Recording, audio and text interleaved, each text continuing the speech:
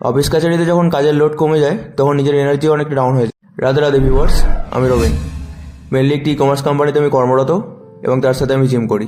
প্রত্যেক দিনের মতো বেরিয়ে পড়েছিলাম আমতার জন্য।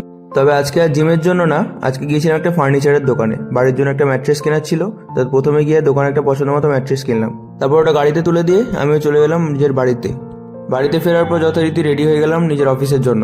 রেডি হওয়ার পর ব্যাগপত্র সব গুছিয়ে নিজের ঘোড়াটাকে নিয়ে বেরিয়ে পড়লাম যাওয়ার জন্য। ঠান্ডার প্রকোপ যা দিন দিন বাড়ছে, তখন আর ডে শিফট চললেও টি শার্ট পরে যাওয়া যাবে না। ইভিনিং ইয়ারে আমাদের কাজের চাপ কম থাকে, তা বলে দেখি ফ্লোরের মধ্যে পায়রা চড়ে বেড়াচ্ছে। তারপর বিকেলে হতে টিফিন টাইমে নিজে একটু চড়তে বেরিয়ে পড়েছিলাম বাইরে। এটা তো ঠিক যে কাজের জায়গায় থাকলে কখন যে সময় পেরিয়ে যায় তুমি বুঝতেই পারবে না। পর আজকের মতো কাজ শেষ করে বেরিয়ে পড়লাম বাড়ির জন্য। আর এই শীতকালে সব থেকে কষ্টকর পার্ট যেটা, এই রাত্রিবেলা 9:30-10টার সময় বাইক নিয়ে বাড়ি ফেরা, এটা অত্যন্ত কষ্টকর সবার জন্য। এর মতো শেষ করলাম। তোমরা প্রত্যেকে খুব ভালো দেখো আর প্লিজ আমায় ফলো করো। হরে কৃষ্ণা।